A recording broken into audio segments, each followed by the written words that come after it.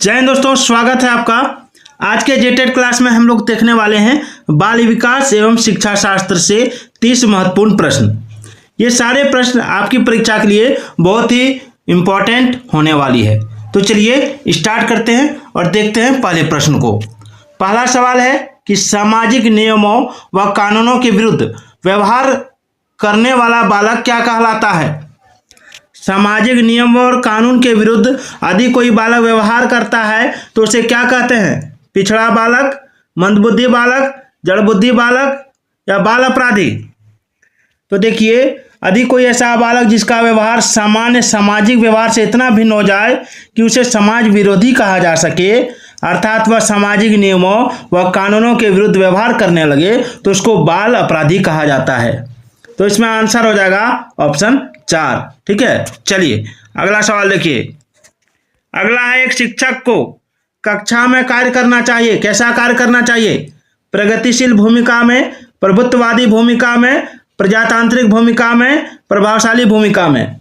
तो शिक्षक जो है, ठीक है, शिक्षक को कैसा कार्य करना चाहिए? तो देखिए, शिक्षक को हमेशा प्रजातांत्रिक भूमिका में कार्य करना चाहिए। ठीक है, याद रखिएगा। चलिए नेक्स्ट देखिए, तीसरा नंबर सवाल देखिए कि अधिगम का सबसे उपयुक्त कार्य क्या है। व्यक्तिगत समायोजन, सामाजिक व राजनीतिक चेतना, व्यवहार परिवर्तन या स्वयं को रोजगार के लिए तैयार करना। तो देखिए, अधिगम का सबसे उपयुक्त कार्य है व्यवहार परिवर्तन। ऑप्शन 3 व्यवहार परिवर्तन। व्यवहार परिवर्तन अधिगम का सबसे उपयुक्त कार्य है। याद रखिएगा, क्रॉनबेक के अनुसार अधिगम अनुभव के परिणाम स्वरूप व्यवहार में परिवर्तन द्वारा व्यक्त होता है। क्रॉनबेक के अनुसार, इसको याद रखिएगा। चलिए अगला देखिए, एक सजीव कक्षा स्थिति में निम्नलिखित में सबसे अधिक संभावित है। कभी कभार हंसी का शोर, पूर्ण रूप से शांति, शिक्षक छात्र वार्ता, विद्यार्थियों के बीच तेज आवाज में वार्तालाप। तो देखिए, इसमें जो हो जाएगा वो हो जाएगा ऑप्शन 3 शिक्षक छात्र वार्ता। शिक्षण अधिगम प्रक्रिया के अंतर्गत कक्ष में शिक्षक छात्र वार्ता के होने की संभावना बनी होती है। ठीक है, चलिए अगला देखिए, व्यक्तिगत विभिन्नताओं का क्षेत्र क्या है। लिंग भेद, शारीरिक रचना, मानसिक योग्यताएं या ये सभी।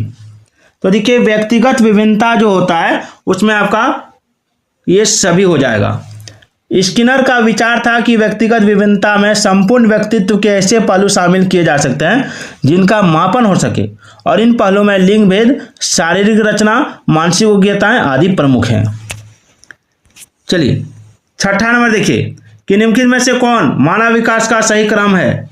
निम्नलिखित में से कौन मानव विकास का सही क्रम है? तो देखिए, मानव विकास का सही क्रम जो होगा वो कौन सा हो जाएगा? वो हो जाएगा आपका ऑप्शन 2। पहले होगा शैशवावस्था। शैशवावस्था होता है आपका 5 वर्ष तक। कितने वर्ष तक? 5 वर्ष तक। ठीक है, 0 से 5 वर्ष तक। फिर हो जाएगा बाल्यावस्था 6 से 12 वर्ष तक। ठीक है, फिर हो जाएगा किशोरावस्था 13 से 19 वर्ष तक। ठीक है, उसके बाद 19 वर्ष के बाद आपका हो जाएगा प्रौढ़ अवस्था 19 वर्ष से ऊपर, यानी option 2 is the right answer. चलिए, इस तरह का सवाल आता है। देखिए 7 नंबर सवाल है कि जब बालक सीखने के लिए तैयार होता है तब वह जल्दी व प्रभावशाली तरीके से सीखता है। यह सिद्धांत प्रतिपादित किया गया है किसके द्वारा? थॉर्नडाइक के द्वारा, स्किनर के द्वारा, पावलोव के द्वारा या कोटलेविन के द्वारा। तो देखिए, यह सिद्धांत आपका थॉर्नडाइक ने दिया था।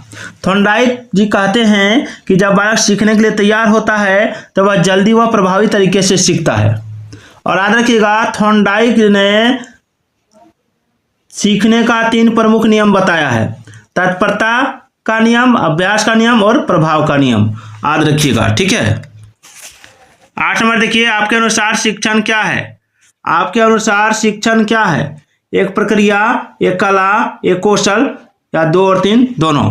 तो शिक्षण एक कला भी है और एक कौशल भी है। ठीक है, यानी ऑप्शन 4 हो जाएगा। चलिए आगे देखिए, मानव आवश्यकताओं का पदानुक्रम किसने दिया?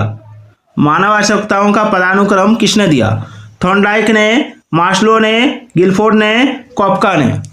तो देखिए मानव आवश्यकताओं का पदानुक्रम का सिद्धांत मास्लो द्वारा प्रतिपादित किया गया था, मास्लो ने दिया था। चलिए, जोन ऑफ प्रॉक्सिमल डेवलपमेंट यानी ZPD का प्रत्यय दिया गया किसके द्वारा? जोन ऑफ प्रॉक्सिमल डेवलपमेंट का।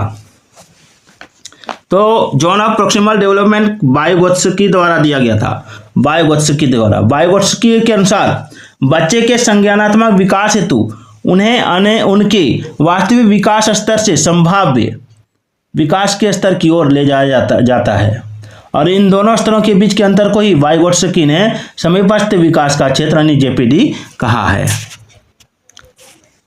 चलिए, व्यक्तित्व का समाजशास्त्रीय प्रकार का सिद्धांत दिया गया किसके द्वारा? तो व्यक्तित्व का समाजशास्त्रीय प्रकार का सिद्धांत किसके द्वारा दिया गया? तो देखिए इसका आंसर होगा ऑप्शन 4, स्प्रेंजर के द्वारा।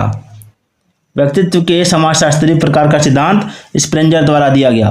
उन्होंने अपनी पुस्तक टाइप ऑफ मैन में व्यक्ति के सामाजिक कार्यों और स्थिति के आधार पर व्यक्तित्व के 6 प्रकार बताए हैं। पहला सिद्धांतिक, दूसरा आर्थिक, तीसरा सामाजिक, चौथा राजनीतिक, पांचवा धार्मिक, छठा कलात्मक। याद रखिएगा। वह कथन जो व्यक्तिक विभिन्नता के संदर्भ में सत्य नहीं है वह कौन सा कथन है? तो देखिए इसका जो आंसर होगा वो हो जाएगा आपका ऑप्शन 3, व्यक्ति विशेष प्रकार व कोटि दोनों में भिन्न होते हैं, यह कथन सत्य नहीं है। चलिए, प्रोजेक्ट शिक्षण विधि किससे संबंधित है? फ्रोबेल से, जॉन डीवी से, आर्मस्ट्रॉन्ग से या मैकडूगल से? तो देखिए प्रोजेक्ट शिक्षण विधि, ठीक है, प्रोजेक्ट शिक्षण विधि संबंधित है आपका जॉन डीवी से। अगला देखिए, जिला प्राथमिक शिक्षा कार्यक्रम किस वर्ष लागू किया गया था? जिला प्राथमिक शिक्षा कार्यक्रम 1993 में लागू किया गया था। आगे चलिए, शिक्षा का उद्देश्य क्या है? शिक्षा का उद्देश्य, तो देखिए शिक्षा का उद्देश्य होता है अच्छा नागरिक बनाना, ऐसे व्यक्तियों का निर्माण जो समाज के लिए उपयोगी हो, व्यवहारिकता का निर्माण करना और उपरोक्त सभी, यानी ऑप्शन 4 हो जाएगा। फ्रोबेल ने निम्न में से किस खेल पर प्रमुख बल दिया?